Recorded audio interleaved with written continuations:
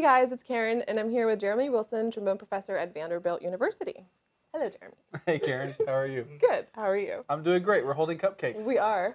Do you like your sprinkled cupcake? I love my sprinkled cupcake. I can't wait to eat it, actually. Amazing. Okay, well, thank you so much for sitting with me and chatting for a second. I just want to get to know a little bit more about your music career and like give people an insight on things that not everybody gets to see. Great. I can't wait to give you insights on things that everyone gets to see. Okay, so you can start eating. Okay. So I guess my first question would be, how did you get into music? Well, I was raised around music, but not the kind of music that I made a living doing. My parents were in a Southern gospel quartet. I was raised around Southern gospel music Okay. and country music, of course, because being raised in Middle Tennessee.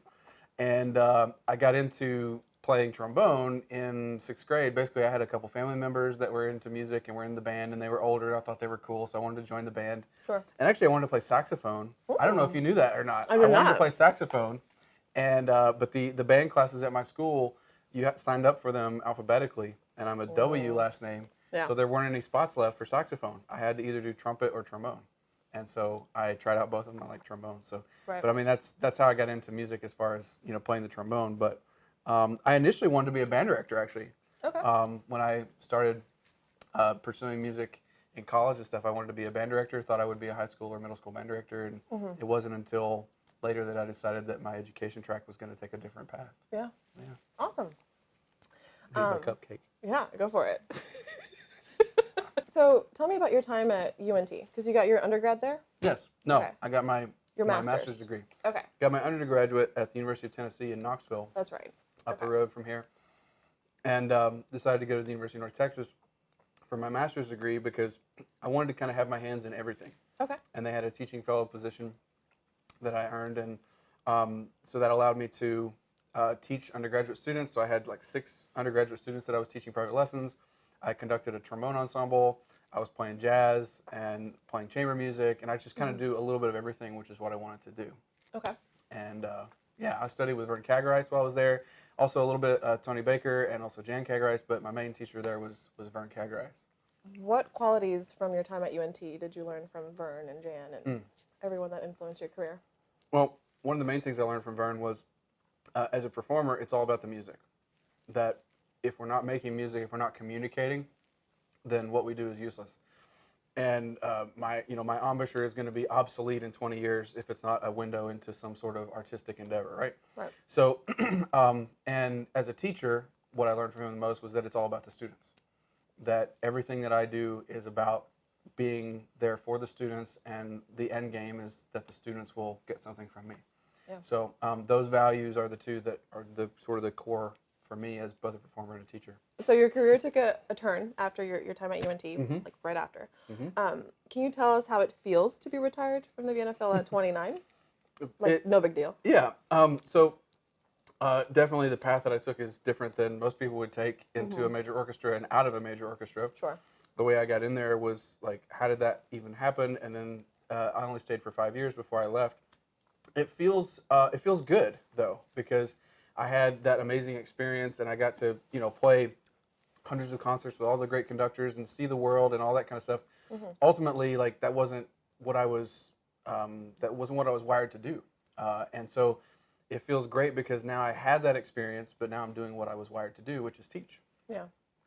Okay, so for us mortals, can you just explain like what it feels like to be in the Vienna Philharmonic and how you felt at such a young age winning that job and not necessarily being primed like the rest, I would say.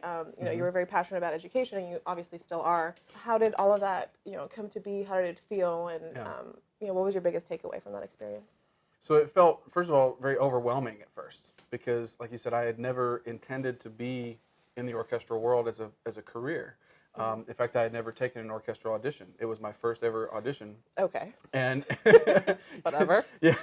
And which wasn't intentional. I mean, I intended to spend the next couple of years of my master's degree working on taking auditions and kind of cultivating that part of my career, but it just didn't work out that way. The audition came from or the invitation came from Vienna before I had a chance to really even try learning how to audition well. So it became my first audition that I'd ever taken, and then to get in there and now be a full-time orchestral trombonist in this orchestra that works more than any other orchestra in the world, because it's two jobs. It's the Vienna Philharmonic and the Vienna State Opera.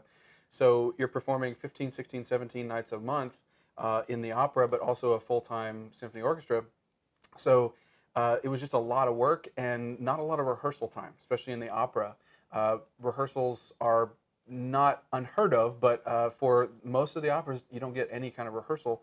Yeah. So I say there wasn't really a learning curve. It was more like a learning wall that I ran into. There was no curve to it. I just had to throw into the deep end, and so it was very overwhelming at first. Once I kind of got my legs under me and was able to sit there and play without like stressing out Yeah. and freaking out, it was kind of surreal now that I think back on it, to sit there in an orchestra with so much history, Yeah. where actually so few Americans have actually been in the orchestra. Right. I was the only American in the orchestra at the time, and to sit there and play in this hall where Mahler conducted with the orchestra that Mahler conducted, and to play Mahler, that's fresh on my mind, because the first concert that I ever played was Mahler's First Symphony, and I just found a YouTube recording that somebody's put on from the radio, and so it was like this really massive thing, and I'm just trying to survive. Yeah. I'm just trying to play and not play in the rests, and not play a major third and a minor chord, and Sure. and keep my job, and learn German and all this kind of stuff. So the first, I would say, couple years, it was just an immense amount of stress and being overwhelmed. But then it was like, wow, okay, I can actually do this, and I can actually enjoy a little bit. And so it was just being immersed day in and day out in the greatest music in the world, Yeah. both from the opera side and from the symphony orchestra side, and also then being immersed in a city that appreciates that to the degree that Vienna does. It was immensely fulfilling and enjoyable, but ultimately it was lacking something for me. Sure. Yeah. So in my experience, working with artists and stuff, spousal support is huge. Well, this cupcake. Family also, tends to make or break musicians. That's right. And one of the things that I admire about you the most is, your passion and your love for your family, and how that, just adds on to your artistry and doesn't necessarily take away from it, because you're very disciplined with your time. How was that transition? How did that affect your family? I mean, you were having kids in, Right. Vienna, wanting to form a family, being so far away from your family and extended family and all of that. Like, how did that change impact them, and how was it for the better? Yeah. Well, so moving to Vienna was really hard on my family. When we first moved there, it was just me and my wife. And of course, it was like new country, new language, new way of doing everything. Being an expatriate anywhere is difficult, Sure. But especially when you don't speak the language and things like that. And so it was very tough. I was traveling a lot. There's a lot of travel in that orchestra, so I was all over the world. And then, of course, once our son came along, it's like I didn't really get to see him a lot. A lot of the evenings, like bedtime, bath time, dinner time, all that kind of stuff was really not part of my life. And then I missed a lot of stuff, especially with my first son. And so as fun as that was, and we got to sort of see the world, and my son's been to 20 some odd different countries and all that kind of stuff, it's a great experience, but it's kind of hard to raise a kid that way, and it's kind of hard to be a connected part of your kid's life, not to mention, being connected with my wife.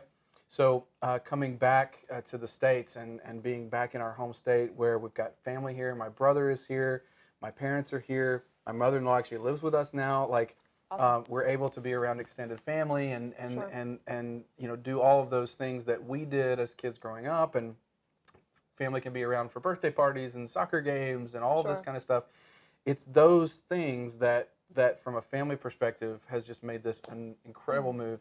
So now we have two more kids. We have a 3-year-old and a 1-year-old now, Yes. and they're pretty adorable. They are. I'm a little biased, but they're pretty adorable. Well, they are. And so it's allowed my family to thrive, just being back here, where we can all speak the language, and where I have now at Vanderbilt this job that allows me. It's still a lot of work, but I have more consistent time off, and I have the summers off and things like that to actually be with my kids and raise them and have them have their dad around, Sure. which I think is really important. Yeah, definitely. Can we also talk about, being a tenured professor at an Ivy League at, age 35 and how that came to be and how Sure. that transition happened? Mm-hmm. Because, that was your original, not, that wasn't your original path, but you have always been really passionate about education. So Yes. now we have this thing where you're a world-class orchestral player, leave the greatest orchestra in the whole planet and then come to also an incredible institution and basically build a studio from the ground up. So can you talk about how you even knew how to do that? Yeah, a lot of that was learning on the job, but also that I'd really been preparing to do that since undergraduate education. In one of my first years with my teacher Don Huff in undergrad, and then in my very first lesson with Vern Kagreis at North Texas, I remember like it was yesterday. Vern said, "What do you want to be when you grow up?" And I said, "I want to do what you're doing. I wanted to teach at a university. Yeah. I wanted to be able to make music at a high level, but also teach students at a high level." Sure. And so this is like a kind of a really roundabout way to come back to what I thought I would be doing originally. And then I go to the orchestra, and I guess I thought I had said goodbye to that part of my life. Yeah. But again, I was 5 years into the Vienna Philharmonic, and I thought something's missing. There's some part of what I'm doing that's not. I didn't feel like I was enjoying my job, but for me, it didn't feel like it was complete or that it was fully meaningful or fully fulfilling. And so, I think enjoying your job and being fulfilled by your job are two different things. I think having a great job and a great income and a great lifestyle is one thing, but also sort of doing what you're wired to do Sure. and filling the place in the world that you're supposed and impacting the world in the way you're supposed to are different things. Maybe hopefully they overlap, but sometimes they don't.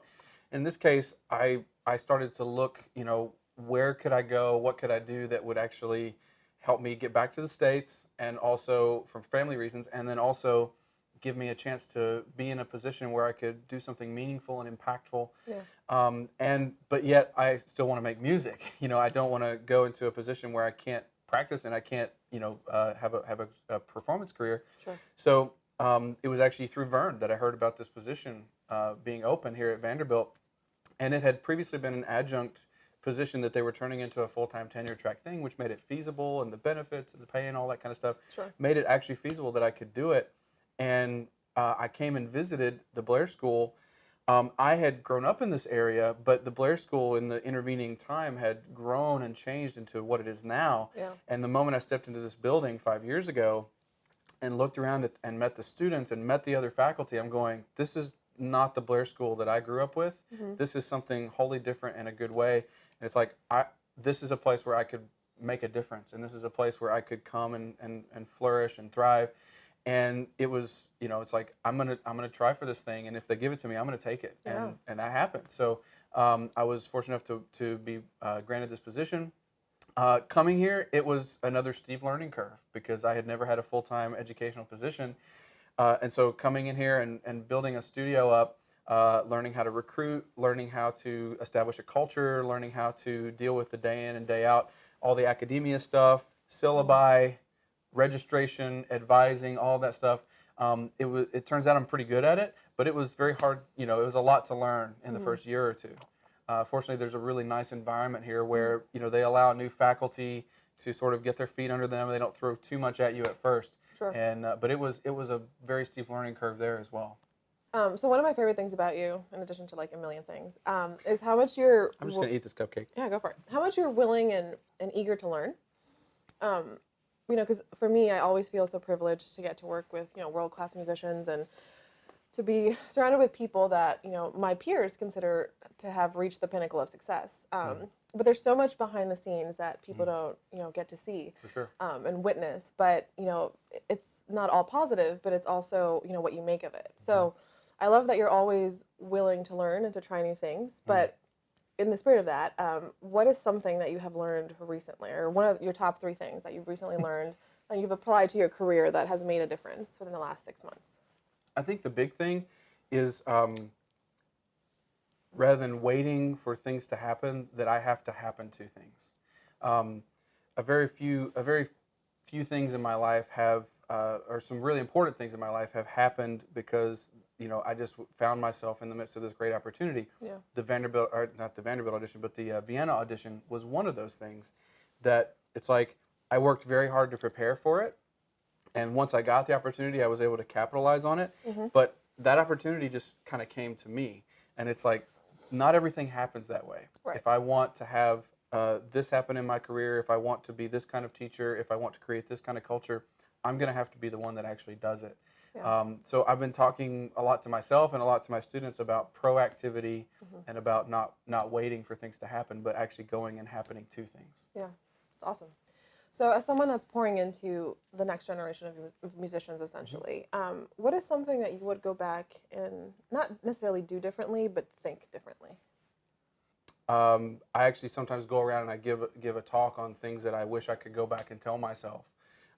Back 20 years ago or something, when I'm starting my career, one of the biggest things that I would tell myself is I can't be somebody else. I have to be myself, and it's okay to be myself. Yeah. To be the artist that I am and the person that I am.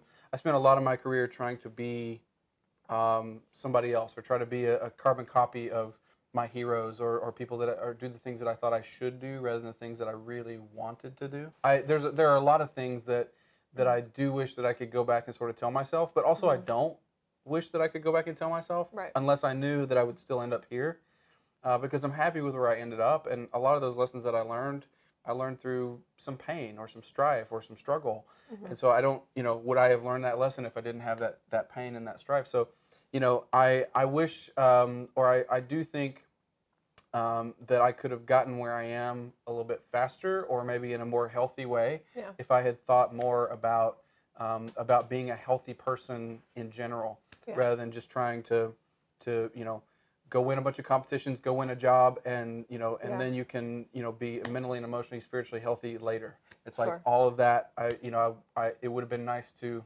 have that as I was growing up, but that's about all I can think of. I'm going to ask you a couple fun questions, and then we'll end with a more serious question. Okay. So, my first question is, if you could pick a different career choice, what would it be and why? Sorry, with a mouthful. I'd be a historian. Oh. I love history. Wow. Had I not studied music, I would have studied history. It was really fun for me living in Europe, where there's so Yeah. much history, of Culture. course.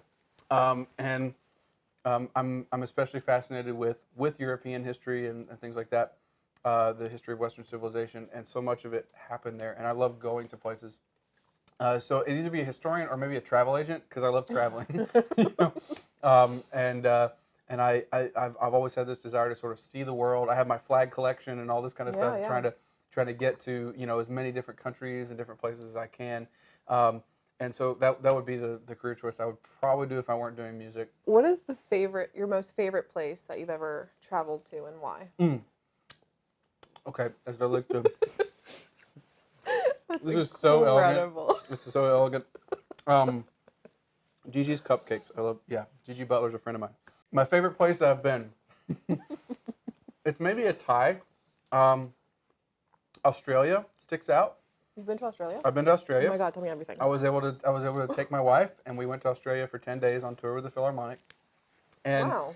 it was one of those places, because I don't know, growing up in America, Australia just seems like so far away. Yeah. Like you can't possibly get farther away than Australia. But I think actually geographically you can. But it just Okay. seems so far away. It's the other side of the earth. And what I love is when I go to places that are exactly like you think they are. Sometimes you show up to a new country or a new city and you're going, this is not what I thought it would be like. New York City is one of those that is exactly like you think it is. Italy is probably my other favorite place in the world. When you step out in Italy, it's like it looks exactly like you think it would look. Sure. Australia is one of those places. There are actually kangaroos hopping around, and people actually say "G'day, mate," and like it's not just stuff you see in books or movies or TV. It's like it actually is that way there. Yeah. The people were amazing. The landscape was amazing. We were able to visit Perth and Brisbane and Sydney. Played in the Sydney Opera House. Oh wow. And that was probably one of the most epic. That was the tour that I felt like a 13-year-old the whole time. I'm just like, this is amazing. And my wife was able to go with me, which made it even better. So that was probably my favorite trip that I've ever taken. And so Australia is definitely top 5 place in the world for me. Oh, that's awesome. Okay, so as someone that's traveled a lot, I'm assuming you've developed quite a taste for food and gastronomy. Sure. So, what is your favorite dish? Oh, I can't do that. I know. One of my favorite, so let's see, my favorite dish. Well, the one that's sort of reliable for me as a Southern boy is just chicken and dumplings. I've always enjoyed Okay. chicken and dumplings. My grandmothers would make it for me. I get it every time I go to Cracker Barrel. It's just so good. It's just, Okay. and it's good for you, which is great. But traveling abroad and all the different things, I don't know. I like a really good schnitzel, honestly. Like Okay. being in Austria, like Wiener Schnitzel or just like a really great, pork cutlet or something like that is fantastic. I love French food. French food is probably pretty much the opposite of the stuff that I would have had growing up. And so I love experiencing the intensity and the variety and the creativity of French food. Okay. So anytime I can get really good French food, I do. Pasta. I mean, I can't pick just one food, Karen. Like this is like Sophie's choice over But here. I love how you said Cracker Barrel as your first thing. No, just like if I had to pick my favorite food, it's gonna be chicken and dumplings because I always go back to it. Okay. I love it, and it not only tastes great, but it has an emotional connection because my grandmothers used to make it all Yeah. the time, both of them. Okay. So the last question, more serious. What is your legacy? What do you want to stay? My legacy comes in two parts, I think. If I mean, this is what I'm aiming for. I want my students and the kind of music that they make and the kind of people that they are to be my legacy. I think one really great musician who's also a really great person of integrity can change another hundreds or thousands or more lives. I think there's a ripple effect. I saw that from Vern. Vern poured into hundreds, thousands of students over the year who have now poured into more hundreds and thousands of students. And, you don't have to go that many degrees of separation from Vern. There are just thousands of trombonists all over the world that owe what they do to him through that legacy. And that's what I want to do is continue that. From a performing side, what I really hope is that meaningful music comes out of my trombone and that no matter what I do, that people find something meaningful, that my art communicates something, expresses something to them. I'm also passionate about commissioning new works. I have a lot of new works kind of in the works, so to speak. Probably anywhere from 6 to 8 new works over the next year. I'll be premiering and recording, and so that's something else I'm really passionate about. Giving good composers a chance to write stuff for the trombone that even if it were written for another instrument would still get played, so to speak. So that's what I hope my legacy is. Good meaningful music and good people of integrity. Thanks so much, Jeremy, for talking with me today. It was Thank you. awesome having a cupcake with you. Thank you. I still have more. I'm going to keep eating mine. Yeah. Sprinkles fly and spit at each other. Amazing. Okay, so you can find him on his website at jeremywilsonmusic.com, and he's also on Facebook, Instagram, and Twitter.